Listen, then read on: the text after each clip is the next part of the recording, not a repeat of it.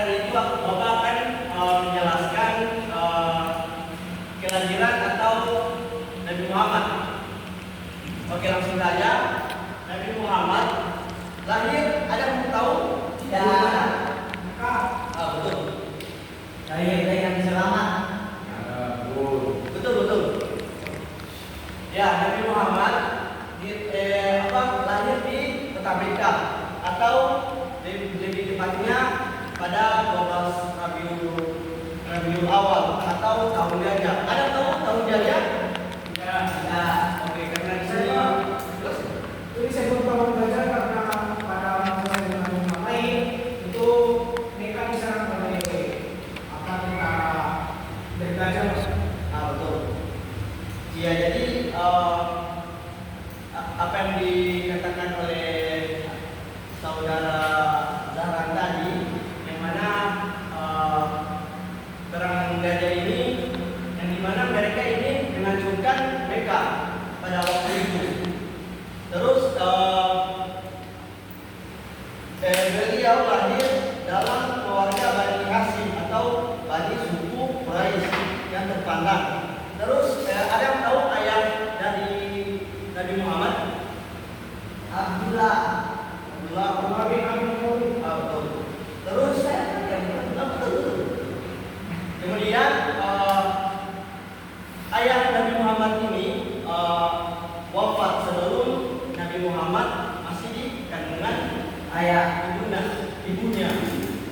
Ada yang tahu ibu dari Nabi Muhammad? Siti Khadijah. Siti Aminah. Betul. Sebelum beliau dilahirkan dan ibunya Aminah meninggal, saat Nabi berusia 6 tahun, Nabi Muhammad pun diasuh oleh kakeknya. Ada yang tahu kakek dari Nabi Muhammad? Abdul Muthalib. Betul. Terus kemudian setelah kakek Nabi Muhammad wafat, kemudian Nabi Muhammad diasuh oleh siapa? Abu Thalib. Terus sejak kecil Nabi dikenal sebagai sosok yang jujur atau digaleri sebagai Al-Amin. Pak, dari saya sampai kenapa dia dijuluki orang yang hanya masih kecil padahal dia punya sebuah berlaku sama sekali. Karena Nabi Muhammad waktu itu orangnya sangat bijaksana atau Dia masih baru kecil, baru kecil tadi bapak bilang dan Iya, dia benar. dikenal dengan orang yang adil dan jujur. karena saat Nabi Muhammad lahir, karena akhlak beliau itu sungguh mulia, makanya Nabi Muhammad dikenal sebagai Al-Amin. Tidak Pak, jadi Pak, masa dia dikenal sebagai orang yang adil dan jujur sementara dia masih kecil? Apa pengakuan apa yang dia bikin sampai orang bisa dia sampai orang bilang dia orang yang adil dan jujur? Apa yang dia bikin Pak? Ada di sini yang bisa jawab? Saya Pak, karena pada waktu itu Nabi Muhammad saya diikut dengan pamannya untuk berdagang Pak. Dan selama Nabi Muhammad memiliki perdagangan itu Pak, Nabi Muhammad dikenal dengan orang yang selalu jujur Pak dalam minimal apa yang akan diberikan dalam dagangannya. Makanya masyarakat setempat atau masyarakat setempat memiliki gelar Al-Amin atau orang yang dapat dipercaya. Betul sekali. Terus kemudian pada masa Nabi Muhammad bekerja seperti yang sudah dikatakan oleh saudara Zahran, itu pedagang. Beliau sering mengikuti pamannya dalam perjalanan perdagangan ke Suriah dan ke daerah sekitarnya. Baru kemudian Nabi Muhammad mendapatkan kepercayaan banyak orang, termasuk ada yang tahu? Tidak. Orang yang percaya kepada Nabi Muhammad yang Amirul Mukminin. Apa pertanyaannya Pak? maksudnya orang yang percaya kepada Nabi Muhammad sehingga Nabi Muhammad menikah pada usia 25 tahun. Siapa namanya? Binti siapa? Binti Walid. Beliau ini seorang dakwah kaya yang kemudian melamar Nabi Muhammad untuk menjadi suaminya.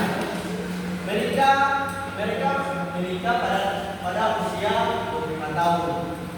Dan pernikahan tersebut lahirlah 6 anak, termasuk Fatimah Az-Zahra yang kemudian menjadi ibu dari keturunan Nabi. Wah, mau bertanya, dia di waktu 25 tahun sudah jadi nabi? Belum pagi ini. Pada Nabi Muhammad berusia 25 tahun, beliau itu memang sudah dijuluki sebagai nabi karena seperti yang Bapak katakan tadi, dia adalah orang yang jujur, amanah dan bijaksana, sehingga di punggung tapi ada tanda kenabian Nabi. Makanya Nabi Muhammad Nabi Muhammad dijuluki sebagai nabi. Oh, Bapak, masa kalau dia hanya bertugas adil kan bisa jadi ada Umar, ada Utsman, ada Ali, itu kan berlaku adil. Kenapa orang tidak bisa disebut sebagai nabi? Kalau orang adil jujur. Kalau itu beda. Maksudnya Nah, Bapak bilang tadi adil, dia jujur. silakan. Ya, jadi sebenarnya Nabi Muhammad itu Pak memang diangkat kepada akan menjadi nabi pada usia 40 tahun.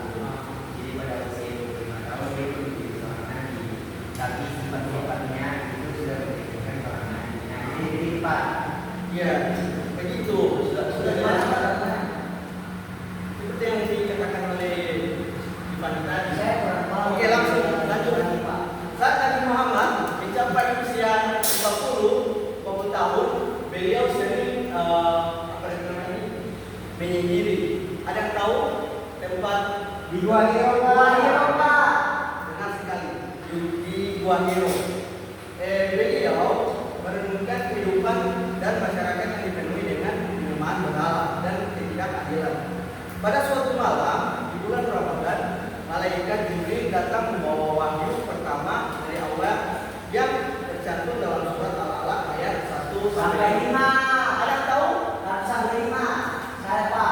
Silakan. Iqra bismi rabbikal ladzi khalaq. Khalaqal insana min 'alaq. Iqra rabbukal akram. Alladzi 'allama bil qalam.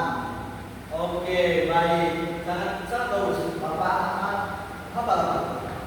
Terus kemudian disinilah awal dari kerasulan Nabi Muhammad, di mana beliau diutus untuk menyebarkan agama Islam dan menyeru manusia kepada tauhid, yaitu keyakinan akan keesaan Allah. Terus pada awal ajaran Islam yang disampaikan Nabi Muhammad mendapatkan tantangan keras dari suku Quraisy. Mereka merasa ajaran tersebut mengancam kedudukan sosial dan ekonomi mereka, terutama karena menolak penyembahan berhala. Dan setelah lebih dari 1 dekade menyebarkan Islam di Mekah dan menghadapi penolakan yang terus-menerus, Nabi Muhammad memutuskan untuk hijrah ke Madinah pada tahun, ada yang tahu? Hijrah ke Madinah pada tahun berapa Masehi? 30 Masehi. Berapa? 632. 32 ya. Berapa? 30 Masehi. 600 berapa? 30 Masehi. 32. Salah. 622 Masehi. Atau hijrah ini bukan hanya sekedar perpindahan visi, tetapi juga memang dari awal dari perkembangan Islam sebagai agama yang maafan. Di Madinah, Nabi Muhammad membangun masyarakat Islam yang berlandaskan hukum syariat dan persaudaraan antar umat. Sekarang masuk di geografi Nabi Muhammad atau peran dan diplomasi dalam menegakkan Islam. Selama di Madinah, Nabi Muhammad terlibat dalam beberapa pertempuran seperti Perang Badar. Ada yang tahu Perang Badar? Siapa yang memimpin Perang Badar? Nabi Muhammad. Betul. Dan mereka menghadapi berbagai tantangan. Nabi